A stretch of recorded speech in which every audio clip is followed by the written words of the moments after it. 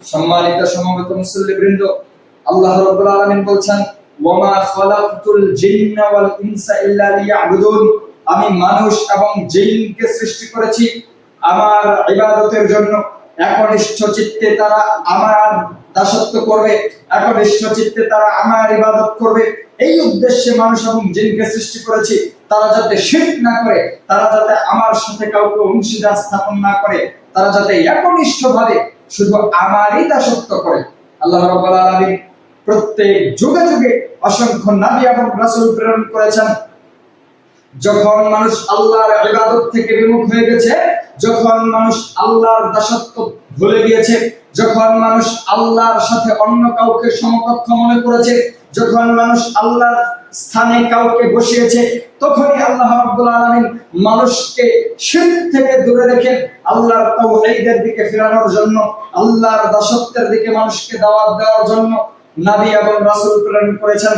আল্লাহর রাসূল সাল্লাল্লাহু আলাইহি ওয়াসাল্লাম এমন এক যুগে এসেছিলেন যেই যুগে মানুষ আল্লাহকে বাদ দিয়ে মূর্তি পূজা শুরু করে দিয়েছিল, যেই যুগে মানুষ আল্লাহকে ভুলে গিয়ে তাগুতি শক্তির অনুসরণ এবং তাগুতি শক্তির পূজা করা শুরু করে দিয়েছিল। আল্লাহ রাসূল সাল্লাল্লাহু আলাইহি ওয়াসাল্লাম আসলেন, এসে মানুষকে দাওয়াত দিলেন, তোমরা বলো লা ইলাহা ইল্লাল্লাহ, এক আল্লাহ ছাড়া সত্য দ্বিতীয় কোনো ইলাহ নেই, শুধুমাত্র তার ইবাদত করো, ফা'বুদুহু, শুধুমাত্র তার ইবাদত করো, একনিষ্ঠ চিত্তে তার ইবাদত করলেই তোমরা প্রকৃত সফলতা পাবা। আল্লাহ রাসূল মানুষকে মানুষের দাসত্ব থেকে মুক্ত করে, আল্লাহ রাসূল মানুষকে মানুষের গোলামি থেকে মুক্ত করে এক আল্লাহর দাসত্বের দিকে, এক আল্লাহর গোলামের দিকে মানুষকে নিয়ে আসার জন্য রাত দিন পরিশ্রম করে দাওয়াত দিয়ে গিয়েছেন। আল্লাহ রাব্বুল আলামিন এই জন্যই শিরক পছন্দ করেন না, এই জন্যই শিরকের সাথে আপোষ করেন না, শিরকের সাথে আল্লাহ রাব্বুল আলামিন কোনদিন সম্পর্ক রাখেন না। আল্লাহ রাব্বুল আলামিন বলছেন, যেই ব্যক্তি তার সাথে শিরক করে মৃত্যুবরণ করবে, সে যদি তাওবা ছাড়া মৃত্যুবরণ করে, তার থাকার জায়গা জাহান্নাম। শিরক কত বড় পাপ, শিরক সবচেয়ে বড় পাপ, শিরক এত বড় পাপ। লুকমান আলাইহিস সালাম তার ছেলেকে বলছেন, ইয়া বুনাই লা তুশরিক বিল্লাহ, হে আমার বৎস, হে আমার ছেলে, তুমি আল্লাহর সাথে শিরক করো না, আল্লাহর সমকক্ষ কাউকে বানায়ো না, আল্লাহর সাথে কাউকে অংশীদার করো না। কেন? ইন্না শিরকা লাযুলমুন আলীম, নিশ্চয় শিরক হচ্ছে সবচেয়ে বড় পাপ। দুনিয়াতে যত পাপ আছে, যত পাপ দুনিয়াতে আছে, মানুষ যত পাপ দুনিয়াতে করে, সব পাপ আল্লাহ ক্ষমা করে দিতে পারেন, কিন্তু শিরকের গুনাহ আল্লাহ ক্ষমা করবেন না। শিরক এত বড় পাপ। আল্লাহ রাব্বুল আলামিন বলেন, ওমান ইউশরিক বিল্লাহ, যে ব্যক্তি আল্লাহর সাথে শিরক করবে, ওমান ইউশরিক বিল্লাহ ফাকাদ দাল্লা দালালান বাঈদা, যে ব্যক্তি আল্লাহর সাথে শিরক করবে, সেই ব্যক্তি দূরবর্তী পথভ্রষ্টতায় নিমজ্জিত, পথভ্রষ্টতার একেবারে চূড়ান্ত পর্যায়ে নিমজ্জিত। ওমান ইউশরিক বিল্লাহ ফাকাদ ইফতারা ইসমান আযীমা, যে ব্যক্তি আল্লাহর সাথে শিরক করবে, সেই ব্যক্তি দুনিয়াতে সবচেয়ে বড় পাপী, সবচেয়ে বড় পাপে নিমজ্জিত, তার মতো পাপী আর দুনিয়াতে নেই। আল্লাহ তাআলা আরো বলছেন, ওমান ইউশরিক বিল্লাহ ফাকাদ হারামাল্লাহু আলাইহিল জান্নাহ ওয়া মা'ওয়াহুন নার ওয়া মা লিয-যালিমিনা মিন আনসার, যে ব্যক্তি দুনিয়াতে আল্লাহর সাথে শিরক করবে, আল্লাহর সাথে অংশীদার করবে, কোন মানুষকে, কোন তাগুতকে, কোন মূর্তিকে, কোন বাবাকে, কোন পীরকে, ফকিরকে আল্লাহ যা দিতে পারেন সেটা সেও দিতে পারে বলে মনে করবে। আল্লাহ সন্তান দিতে পারেন, পীরও সন্তান দিতে পারে, আল্লাহ ব্যবসায় বরকত দিতে পারেন, পীরও ব্যবসায় বরকত দিতে পারে, আল্লাহ রোগ ব্যাধি ভালো করতে পারেন, সুতা বাঁধলে, হাতে পায়ে কোমরে তাবিজ বাঁধলে এই তাবিজ আমাকে রোগ থেকে ভালো করতে পারে, এইটা যে ব্যক্তি মনে করবে, সেই ব্যক্তিকে আল্লাহ রাব্বুল আলামিন বলছেন, কিয়ামতের মাঠে তার জন্য জান্নাতকে হারাম করে দিবেন, তার থাকার জায়গা হবে জাহান্নাম। সম্মানিত সমবেত মুসল্লিবৃন্দ, আজকে বাংলাদেশে পীর আর ফকিরের অভাব নাই, মাজারের অভাব নাই।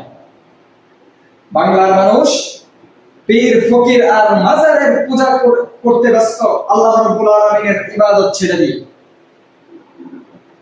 আল্লাহ রাব্বুল আলামিন এই জন্যই বলছেন, ওয়া মা ইউমিনু আকসারুহুম বিল্লাহি ইল্লা হুম মুশরিকুন, অধিকাংশ মানুষ আল্লাহর প্রতি ঈমান আনার পরেও মুশরিক, আল্লাহর প্রতি ঈমান আনার পরেও মুশরিক। তারা নিজেদেরকে বলে আমি মুসলিম, কিন্তু তারা মুশরিক। মানুষ ঈমান আনার পরেও, মুসলিম হওয়ার পরেও কিভাবে মুশরিক হয় আপনাকে বোঝাই।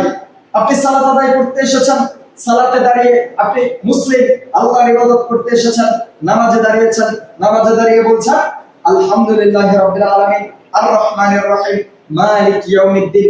এরপরে বলছেন ইয়াকা না'বুদু ওয়া ইয়াকা নাস্তাইন। আল্লাহ আমি তোমার ইবাদত করি, তোমার কাছে সাহায্য চাই, তুমি ছাড়া কারো ইবাদত করি না, তুমি ছাড়া অন্য কারোর কাছে সাহায্য চাই না। এই যে আপনি সালাতে এখানে দাঁড়িয়ে বলছেন ইয়াকা না'বুদু ওয়া ইয়াকা নাস্তাইন, আমি তোমার ইবাদত করি, তোমার কাছে সাহায্য চাই।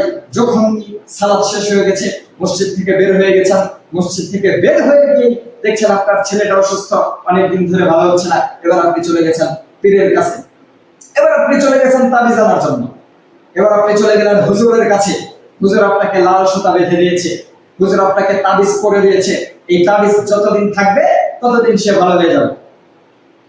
হাতে লাল সুতা যতক্ষণ থাকবে ততক্ষণ সে ভালো থাকবে। আপনি সালাতে দাঁড়িয়ে বললেন আল্লাহ তোমার কাছে সাহায্য চাই, তোমার কাছে তোমার ইবাদত করি, মসজিদ থেকে বেরিয়ে গিয়ে আপনি আল্লাহর সাথে শিরক করে ফেলেছেন। আপনি সালাতে দাঁড়িয়ে বলছেন, এখানে দাঁড়িয়েই বলছেন আল্লাহ তোমার ইবাদত করি, তোমার কাছে সাহায্য চাই, মসজিদ থেকে বেরিয়ে গিয়ে সাহায্য চাচ্ছেন আরেকজনের কাছে। অনেকদিন থেকে আপনি ওষুধ সেবন করছেন, অনেকদিন থেকে ডাক্তারের চিকিৎসা নিচ্ছেন, ভালো হচ্ছে না, এখন এতদিন আল্লাহকে তো ডাকলাম আর ভালো হচ্ছে না, আল্লাহকে দিয়ে আর কাজ হচ্ছে না, এবার যাই একটু পীরের দরজায়। আপনি অনেকদিন থেকে অসুস্থ, অনেকদিন থেকে আপনার সন্তান হয় না, প্রথম 1 মাস 2 মাস আল্লাহকে ডেকেছেন, আল্লাহকে ডাকার পরেও সন্তান হচ্ছে না, এবার কি আর করার, আল্লাহ তো আর দিতে পারবো না, আল্লাহর কাছে অনেক চাইলাম, আল্লাহ আর দিতে পারবো না, এবার যাই একটু পীর বাবা যদি দিতে পারে। মাজারের যে ব্যক্তি শুয়ে আছে মাটির নিচে, ওর মাজারের উপরে যদি মাছি বসে, কবরের উপরে মাছি বসার ক্ষমতা নাই, ওর নিজের কবরের উপর থেকে মাছি তাড়ানোর, এই ব্যক্তি নাকি আবার সন্তান দিতে পারে। ওর মাজার যদি ভেঙে ঘুরিয়ে দেওয়া হয়, ওর ক্ষমতা নাই, ওর বাবার ক্ষমতা নাই, সে মাজার রক্ষা করতে পারে, সেই ব্যক্তি নাকি আমার সন্তান দিতে পারে, সেই ব্যক্তি নাকি ব্যবসায় বরকত দিতে পারে। এই জন্য ইমাম মুহাম্মদ বিন আব্দুল ওয়াহ্হাব রাহিমাহুল্লাহ সৌদি আরবের প্রখ্যাত একজন আলেম দ্বীন মুজাদ্দিদ, যিনি শিরক এবং বিদআতের বিরুদ্ধে সোচ্চার হয়েছিলেন এবং সৌদি আরবের ভূখণ্ড থেকে শিরক এবং বিদআতকে নিশ্চিহ্ন করতে প্রচেষ্টা চালিয়েছেন, সমস্ত মাজারগুলোকে, শিরকের আড্ডাখানাগুলোকে ভেঙে চুরমার করে দিয়েছেন। তিনি বলছেন জাহেলি জামানার মুশরিকদের চেয়ে আমাদের বর্তমান যুগের মুসলিমদের মধ্যে যারা আল্লাহর সাথে শিরক করে তারা আরো বেশি খারাপ, বেশি জঘন্য। দুইটি দিক থেকে এক নম্বর হচ্ছে জাহেলি জামানায় যারা মানুষের পূজা করত, লাত মানাত উজ্জা, এদের মূর্তি বানাতো, এরা ছিল সেই জামানার ভালো লোক, আগের যুগের ভালো লোক ছিল, পরহেজগার লোক ছিল, তাদের মূর্তি বানিয়ে তারা ওসিলা গ্রহণ করতো, মাধ্যম গ্রহণ করতো, এগুলার ইবাদত করলে, পূজা করলে যদি আল্লাহ সাহায্য নিয়ে আসে, এই উদ্দেশ্যে যাতে আল্লাহর নৈকট্য অর্জন করতে পারে, এই জন্য ভালো মানুষের মূর্তি বানিয়ে তারা পূজা করত। কিন্তু আমাদের সমাজের মাঝে, মুসলিমদের মাঝে যারা আল্লাহর সাথে শিরক করে, তারা এই পর্যায়ে পৌঁছেছে, মুসলিমদের মাঝে যারা মুশরিক আল্লাহর সাথে শিরক করে, তারা এত খারাপ, তারা এত জঘন্য, সমাজের মাঝে এই ল্যাংটা পীরের আপনার ইবাদত করে, ল্যাংটা পীরের মাজারে গিয়ে সিজদা দেয়, যেই ব্যক্তির মাসের পর মাস, বছরের পর গোসল করে না, গায়ে গন্ধ, মাথায় জটলা বেঁধে গেছে, এবং পাগল ছাগলের ইবাদত করে, পাগল ছাগলের পূজা করে, তাদের পায়ে সিজদা নেয়, তাদের কাছে গিয়ে সাহায্য চায়, তারা নাকি আল্লাহ।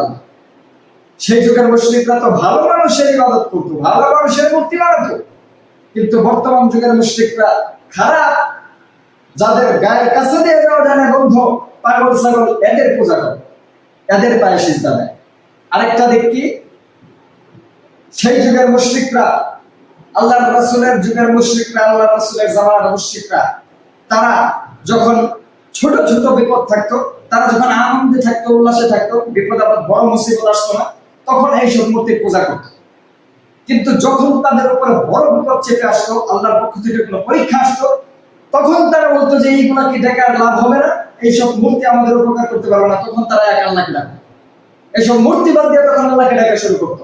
আর আমাদের মাঝে মুশরিকরা এরা এত খারাপ, যখন ছোট ছোট বিপদ আসে তখন এরা আল্লাহকেই ডাকে, যখন বড় কোনো বিপদ আসে তখন চলে যায় পীরের কাছে। প্রথম 3 মাস 5 মাস 7 মাস আল্লাহকে ডাকছে, আল্লাহ একটা সন্তান দাও, সন্তান দাও। এবার সন্তান হচ্ছে না। প্রথম কয়েক মাস ডাকার পরে যখন দেখছে যে সন্তান হচ্ছে না, সন্তান দিচ্ছে না, এবার সে বুঝে নিয়েছে আল্লাহ আর পারবে না, আল্লাহকে দিয়ে আর হবে না, আল্লাহকে অনেক ডাকলাম, আল্লাহ আর সন্তান দিতে পারবো না, এবার যাই পীরের কাছে সে যদি পারে। আপনার ছেলেটা অসুস্থ, অনেক দিন থেকে কাতরাচ্ছে, অনেক ডাক্তার দেখালেন, চিকিৎসা করলেন, কোনো লাভ হলো না।